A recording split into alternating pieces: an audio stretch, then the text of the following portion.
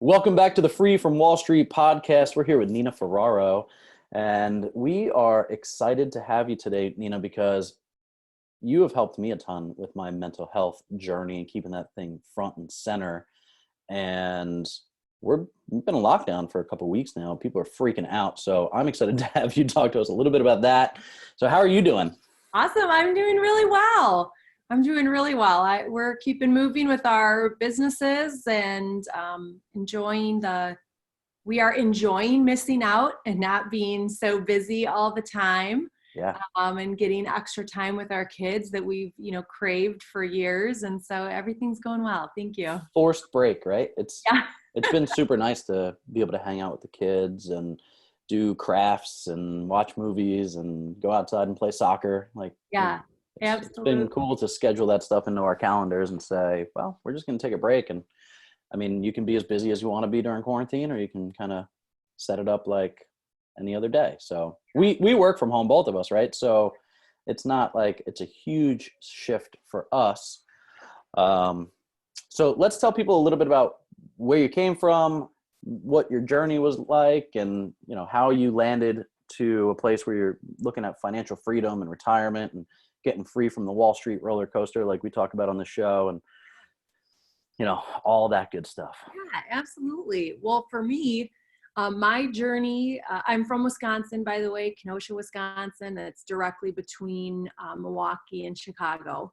And for me, I started out in the corporate world. I actually grew up in a family that encouraged finding, a great stable job, saving every penny, or very safely investing your money.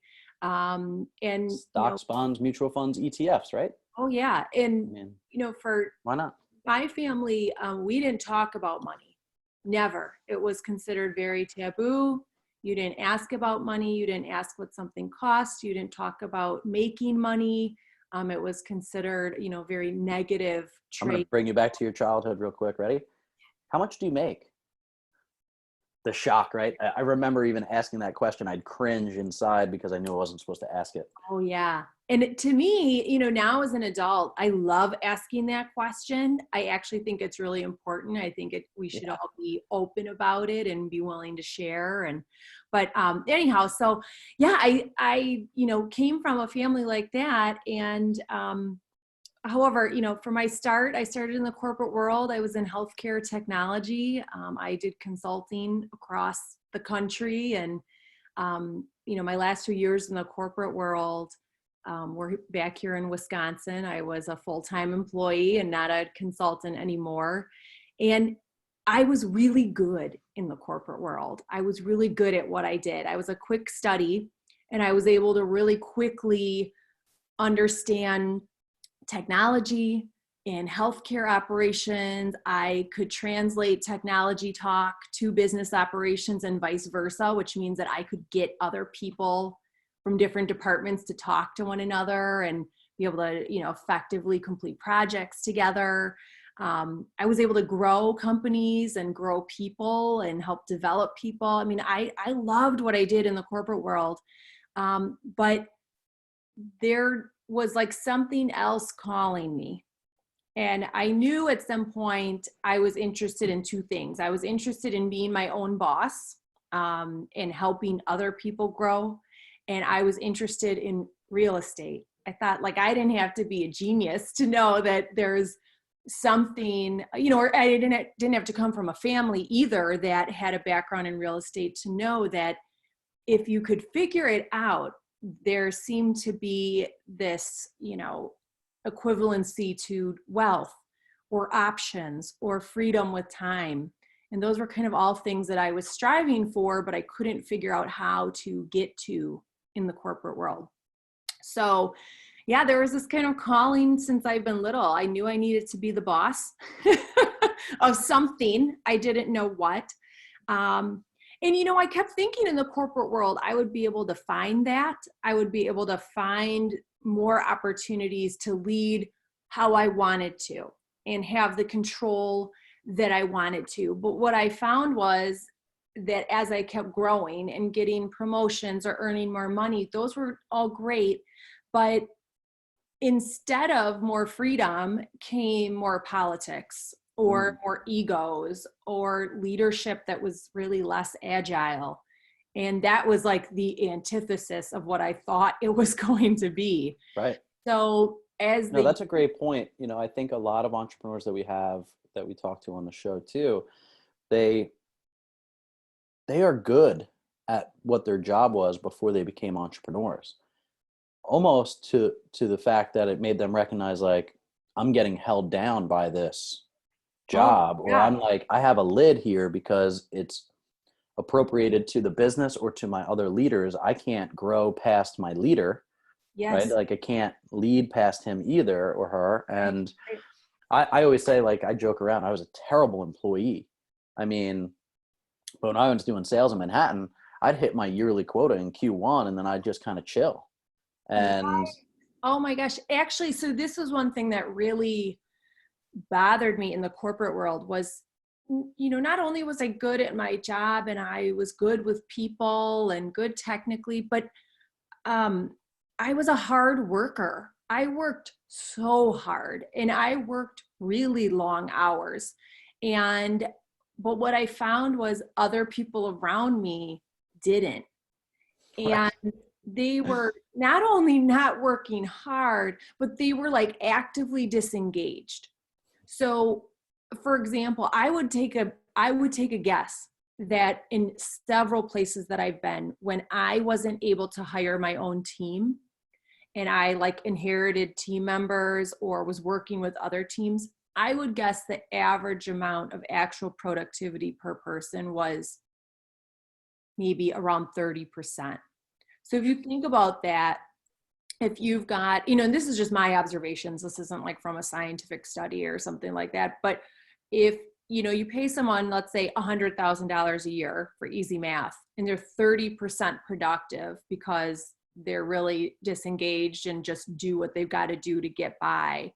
You have $30,000 that may be well spent, and you have $70,000 lost, plus the cost of benefits, plus, right, all this stuff. And it made me crazy to think I'm working in these businesses that feel that they need to hire more people, and they don't. They just need the right people, and they need to be able to teach them how to be productive. Yeah. So making those people more effective and more efficient is kind of where you saw it lacking. And, so full disclosure, Nina she owns Boldly & Co. And they kind of talk about how to have this holistic approach to your life. And I'll let you kind of go into it. But we hired Nina to come in and we shut the business down for a couple of days and had our whole team sit down and talk about this, because we want to make sure that we're as efficient and productive as possible. And when you only have a small team, that goes so much further. I mean, you were in a company with hundreds of people, and imagine how that compounds over hundreds of people. It's just as important in a small business. If you have 4 people and one person's not productive, right? It's brutal. Oh yeah. So let's go back there. Let's go back to corporate world. You saw this. Yeah. So I got to a point of just being, so dissatisfied. I felt like every day, this might sound dramatic, I just felt like my spirit was like getting crushed. Like it was just getting smaller and smaller. And I started becoming disengaged as well because of how ineffective, some of the organizations were. And what was awesome about that though, was I started to dream again. So I started remembering, like, I mean, sometimes like you lose yourself, you get going in the corporate world and you're doing well and you're making the money or whatever. And you forget, like, oh yeah, remember when I was little and I had those big dreams? Like, what happened to those? Like, I replaced, practicality with what, like, lights of fire under me. So I just started dreaming again. And I thought, what were those things that I love to do or that give me more energy? And, the first thing that I said was I was always curious about real estate.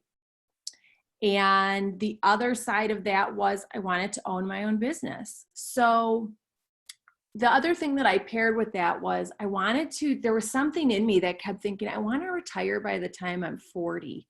And I don't know where I came up with that number, but in my head, I kept thinking, I want all my expenses taken care of. without me having to work. And I don't know how I'm going to do that. And again, I really didn't know about real estate at this point, but I have passive income and things. Well, and that sounds ridiculous, right? To the Yeah. majority of America, that sounds like an absolutely ridiculous goal to Yeah. be able to be done financially at 40 and to have the money continue to come in and retire. Yeah. And when I would tell people that, because like I said, I'm a very transparent, open, vulnerable person. And when I would tell people that, like my family or friends, they either, I'm positive, either thought I was ridiculously conceited, or they thought like something wasn't right with me. Like Yeah. she's not thinking straight. What's going on? Like, where is she coming from? And I had a lot of people in my life that I don't want to say they didn't support me, but they didn't actively cheer me on. They didn't really actively support me. They were kind of like, yeah, we'll see what happens. Right. Yeah, they just kind of let you do your own thing, right? And it's because they don't get it. Yeah. They, I think, yeah, they didn't understand it, or they were waiting for me to fail. right. And I sensed that, and it actually fueled me even more to be like, oh, Sure. I will prove you wrong. Just watch. Yeah, just watch. That's right. So yeah, so in about 2012, I actually tried to start my own consulting business on the side while I was working in the corporate world. I thought there's something here. I'm going to figure it out. But I couldn't. I just couldn't figure out what I wanted to focus on. So when I started my consulting business at first, I was like, I consult on everything. I do everything. And I couldn't figure out why people didn't know why they should come to me. So after a year or two of that, I thought, okay, I've made like no money from this consulting business. I don't know what I'm doing here. So I hit pause on that. And then my husband and I got involved in real estate investing. And so we've been investing since late 2014. And we have a different variety of things that we do within real estate. So we wholesale properties, we have rental properties, we flip properties. My husband is an agent, so that's another option that we give to sellers, is being able to list. Like if we can't buy it, we're going to help them sell it and list it. Yeah. We've been doing that since 2014. And again, with that business, we've had like these ups and downs and, all around. And I feel like, we're in 2020, and in the last maybe 18 months, 24 months, we have like really found a flow that feels good. So I would say for anyone listening, that whether you're a real estate investor or whether you're starting your own business or whatever, I always think it takes several years to really figure it out and to get to a point of feeling good. And I think that's why a lot of entrepreneurs fail, or is like they just don't keep going. They just don't keep testing. Like there's not really one person out there that's like this entrepreneurial genius. It's like they just kept going. They just kept asking questions. They just didn't stop, right? Yeah. I mean, I got my teeth kicked in plenty of times over the last 10 years. And people look at us now and, we're buying large apartment complexes now. And it's kind of been the evolution of our business to get into a tax-free wealth creation mode, right? I mean, we're talking about partnering on some of these large complexes that we have too. So, there's an opportunity for you guys to come along for that journey too. So what's amazing about this though, is people now start looking at us going, wow, you guys, overnight success. And I always laugh. I'm like, yeah. 10 years, or whatever it's been, it's 10 years of like struggle and wondering if you're doing in the right business. Yeah. I mean, I remember having to borrow a mortgage payment. I remember having to go to my in-laws' houses for dinners because we didn't make any money that month, right? And I mean, so it's not to say that it's easy. And, anybody that you see, I have such a great respect for people that I see that have success now because I know what they went through. Right. Because there wasn't this, they weren't a marksman where they just came in and one shot, one kill. They hit the nail on the head, right? They worked through it. They persisted. They got their teeth kicked in. They came back. They fell 7 times, got up 8.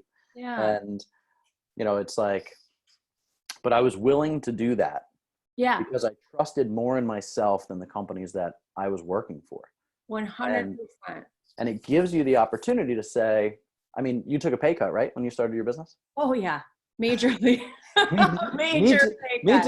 too. I mean, it took me almost 7 years to make what I was making when I was 22 out of college Yeah. again. Yeah. And people are like, well, why would you do that? Because I wasn't looking for a paycheck, right? I Yeah. was looking for freedom and fulfillment and not having to answer to anybody, as Yeah. nominal as that seems to some. Like I just hated getting questions about what I was doing during my day.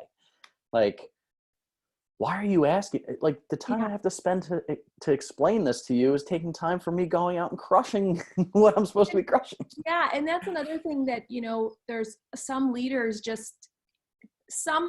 are not meant to be people leaders, right? Like they don't necessarily understand how to relate to people, and that not everyone on the team has the same relationship with you, right? Like some people do get a longer leash.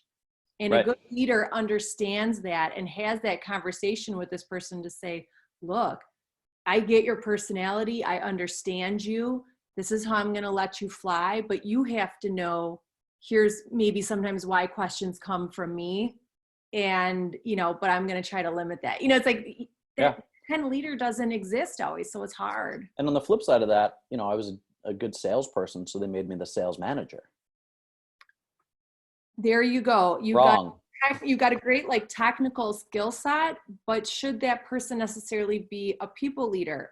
That might not be right for your personality. No, it wasn't, For your right? skill And set. even when I started my own business, it was difficult to do because I just expected everybody to do the things that I would do anyway.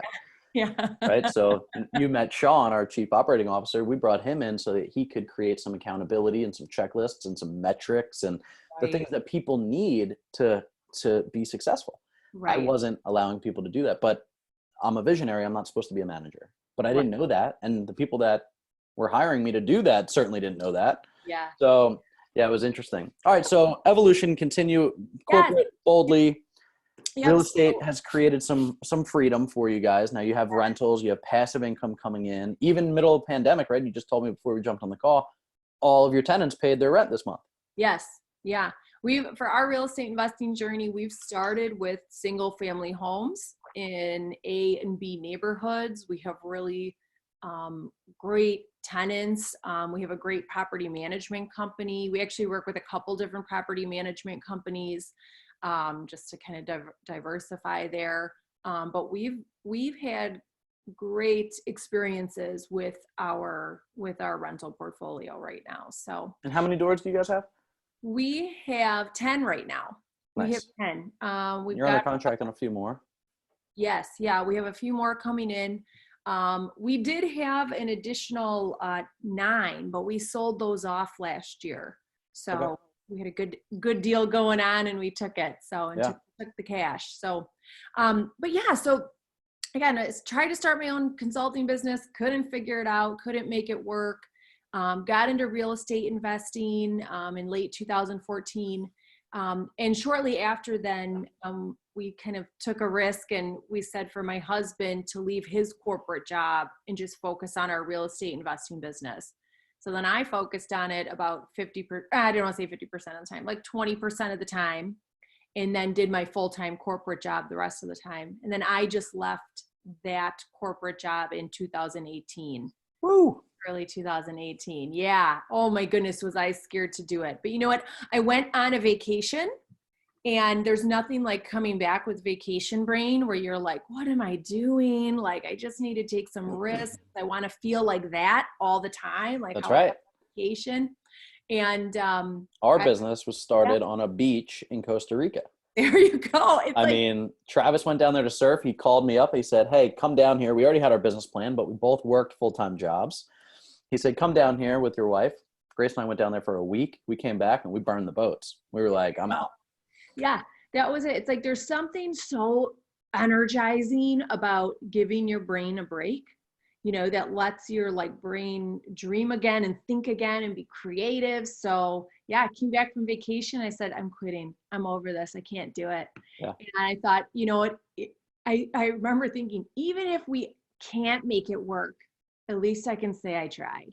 Yeah. So it's like I had to put that risk out there. So yeah, so we quit. And on my way out of those corporate doors, I thought, great, we're going to rock real estate investing. Like now that we're both really in it full time. But on top of that, what happened to that consulting business dream? And so in that energy that I went out the doors with, I created this company called Boldly & Co. And it started with the idea that, man, I just left that corporate world, and there are so many people who are not living a productive and well, healthy life. And, you know, you come from a corporation that says, I want all my team members to be healthy. I want them to be balanced. I want them to have great mental health.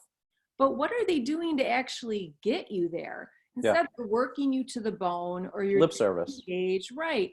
And I thought there is a better way. And I had created a better way for myself and for my direct team members. I had spent about 2 years researching productivity and achievement and health and wellness back in 2008 to 2010, because I was doing the same thing. I was working 70 to 80 hours a week in the corporate world, traveling 5-6 days a week, always away from my family.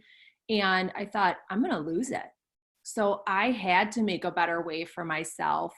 And I didn't want to stop achieving. I wanted to keep achieving, keep doing the max, keep being the best, but I didn't want to do it to like the detriment of my own health and my personal life.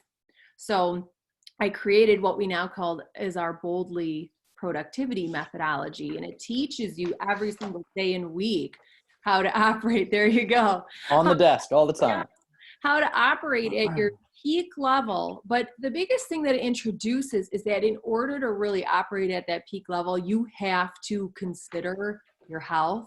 You have to consider taking breaks. It doesn't mean just being busy and reacting 24/7. It means being very thoughtful and critical and methodical about the time that you have.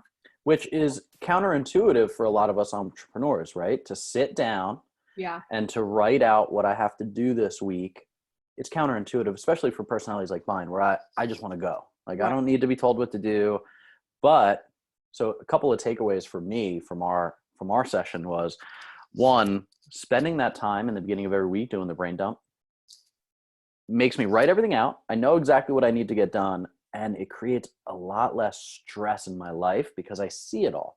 Right. And then I get to actually plan out my week and how that looks without being reactive. Yeah. So that was a big takeaway for me, because we all talk about wanting to be balanced, but what are the actionable steps to getting there so that I can, you know, some people in my family would be offended that they got scheduled in, right? Because I mean, what, you're so busy, you can't just have a phone call. The right people understand that you're important enough to be made time for, right? Yeah. And because everybody's pulling on your time as an entrepreneur, if you don't set those things up, then you look back at the week and go, where'd my week go? Yeah. Right. So big takeaway number one is, if I want to spend more time with my family, I need to be productive, not reactive, and put that stuff in my calendar. And now I control my calendar versus my calendar controlling me, which, man, it's taken me 10 years, right, to really put that into action, because I didn't know how. Right. So yeah. That, and then the communications, like how we communicate with each other. Oh yeah. It becomes much more efficient. So I'm not going to give away all the secrets, because if you can, obviously right now we're all locked down, but when planes start flying again, you know, I highly recommend having Nina come to your team and talk to them about how to implement this balanced lifestyle. It makes your people more productive. Our whole team walked away from this like glowing. They were lit up. You know, I'll let you share what the cost of that is with your clients on a one-on-one basis, but it's worth it. I mean, I would pay that over and over again to get what has changed our efficiency and effectiveness in our business on a day-to-day, week-to-week, year-to-year, quarter-to-quarter basis now. I mean, Sean sent you our new communication outline, right? Like, Yeah. Yeah. so all these big things, because, and why it's important is because we don't want our work to run us. We want to be able to run the business and then be able to say, look, I'm in control here and here and here. And it also helps you set realistic expectations. When we did that exercise about writing down all my meetings in a week and then seeing where I could fit in other tasks, I was shocked. And I think everybody would be, about how little time they actually have. And that feeling of disappointment that overwhelms you because you didn't get everything done was an unrealistic expectation. Yeah, right.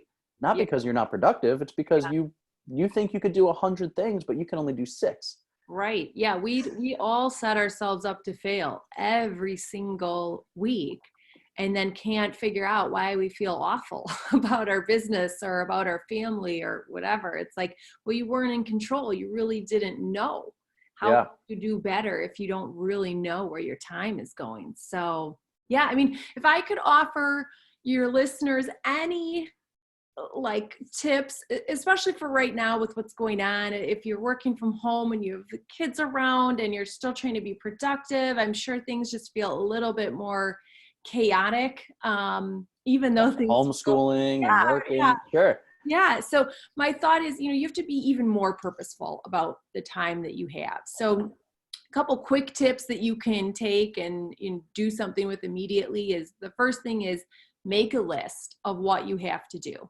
Make a list and put it on paper. Your inclination is going to be to put this, in an email, write it down electronically. Don't do that, because you can easily move things around and shift and pretend like they don't exist. And that's not holding yourself accountable. So put it on paper, make a list.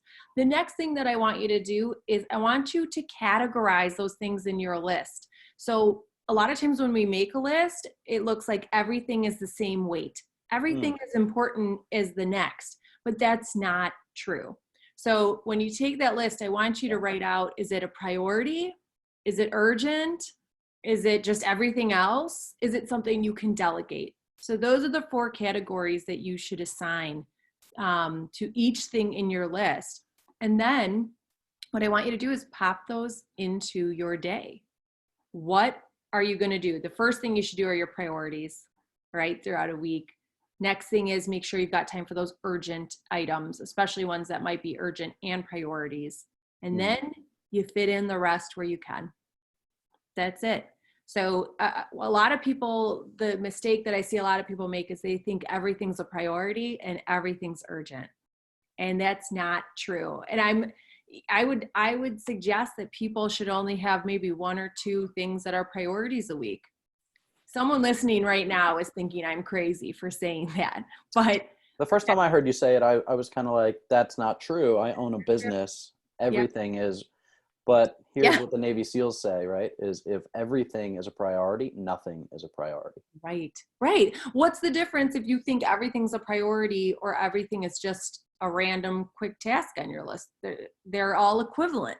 Yep. So if you think doing your laundry is the same, is equal to something that's moving your forward business and going to make you money, right? Well, you're sadly mistaken. So, try to be critical and thoughtful. Like, what is really a priority? That's a hard exercise to get into. But when you get more practice at it, you realize that somehow, don't worry, everything that has to get done will get done. It's just about how thoughtful were you about it. And we run the EOS system, right? The entrepreneurial operating system from Traction and Rocket Fuel. This implements very well with this, because our weekly L10 meetings, we have these issues, right? And if we don't get to that issue, it just kicks to the next week. It wasn't that important because we prioritize what we're going to talk about, but we only have 60 minutes to do it. Right. Yes. So now we're doing that and extrapolating that to the rest of our lives. Right. Okay. So if I can only have 1 or 2 priorities this week for business, what do they look like? Right. What is going to move the needle? Because everything else really becomes everything else then. Yeah. And then you're like, well, this is a distraction. Hey, can you jump on this call? No, not until these priorities are done. And we are very reactive. Again, it's like we see everything, every email, every text, every thing on our list, and we think it's urgent. We have to react. No, you don't.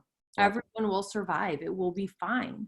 So, As entrepreneurs, I think that's a big lesson that you can take away right now is look in the history of your business. Did anything ever fall apart in a 4-hour window? Yeah. Nothing, right? So one of the big takeaways from our meeting too was I turned off all the notifications on my phone. Yeah. It was hard, really hard. Even going into the settings and turning it off, I felt like, this is painful. Yeah. But you don't realize how much time you're wasting throughout the day by every time that phone lights up and you go, oh, what's that? Yeah. And it's taking away from your priority. Right. You're promoting this multitasking, which is proven as unproductive. You lose hours a day attempting to multitask, and multitasking these days includes addressing your notifications and all that stuff too. So another tip that I would suggest for people at home is, hey, we have to adjust. Life right now is not the same as it was 4 or 5 weeks ago. So instead of assuming you have 100% of your time available, adjust that down. Think, you know what, maybe I really only have 50%. So yeah, it looks like I have an 8 to 10 hour workday, but I don't. I've got kids at home. Business is a little bit different right now. I'm trying to pivot in different ways or learn new things. So maybe you only have 50% productivity, and set yourself up to be realistic and not set yourself up to be disappointed that you didn't achieve 10 things you would hope to in the day, because it's just not reality right now. Yeah. Or disappointing your family members. Yeah. Right. Like you can lock yourself in an office for 8 to 10 hours a day, but how's that working for your family life? Yeah. Right. Not so right. good. Yeah.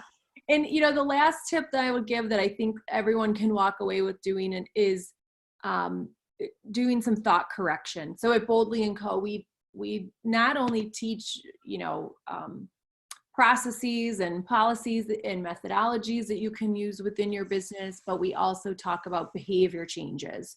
And this is something that you have to do over and over and be disciplined enough to do. But the thought correction that I'm going to suggest is, if you're feeling guilty, if you're feeling stressed, if you're feeling frustrated, if you're whatever it is, ask yourself, like, take a moment and pause and say, does this make me better?